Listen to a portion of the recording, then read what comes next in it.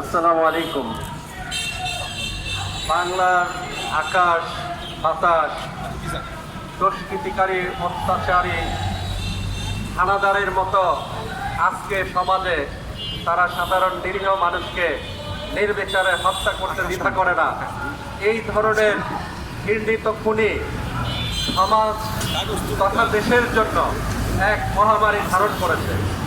ঠিক সাতক্ষীরা জেলা কলারোয়ার কৃতি সন্তান এক হতদরিদ্র পরিবারের ছেলে সাগর হত্যা কাণ্ডের বিচারের জন্য আজকে আমরা সবাই একত্রিত হয়েছি। আমাদের বিচার ব্যবস্থা, আমাদের প্রশাসন এই সকল হত্যাকাণ্ডের নীরবতার জন্য আজকে সমাজে অস্থিরতা বিরাজ করতেছে।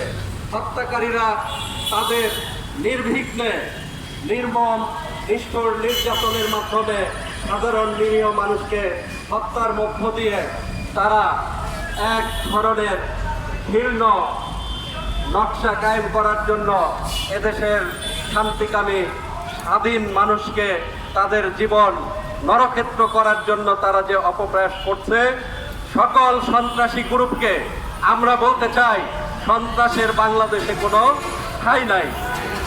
বিশেষ করে সাগর হত্যাকাণ্ডের নেপথ্যে যে সকল রাজনীতিবিদ জড়িত তাদের দৃষ্টান্তমূলক শাস্তির আওতায় এনে আইন শৃঙ্খলা বাহিনীকে দৃষ্টান্ত স্থাপন করার জন্য সবিনয় অনুরোধ করছি।